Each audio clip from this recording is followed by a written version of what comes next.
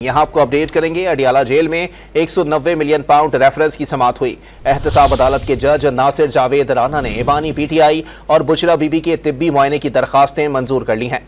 मजीद तफसीलात जानेंगे don news के नुमाइंदे उमर बढ़नी से। उमर, अपडेट कीजिएगा।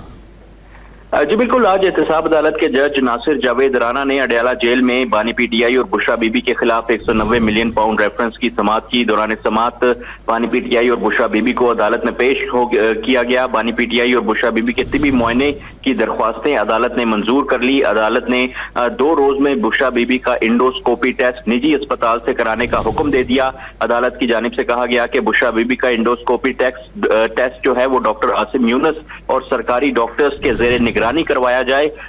इसके अलावा जज नासिर जावेद राना ने अदालत में नस्ब इजाफी दीवारों को फौरी खत्म करने का हुक्म दे दिया। अदालत ने जेल इंतजामिया को हिदायत की कि जब तक दीवारें हटाई नहीं जाती समाअत आगे नहीं बढ़ाई जाएगी।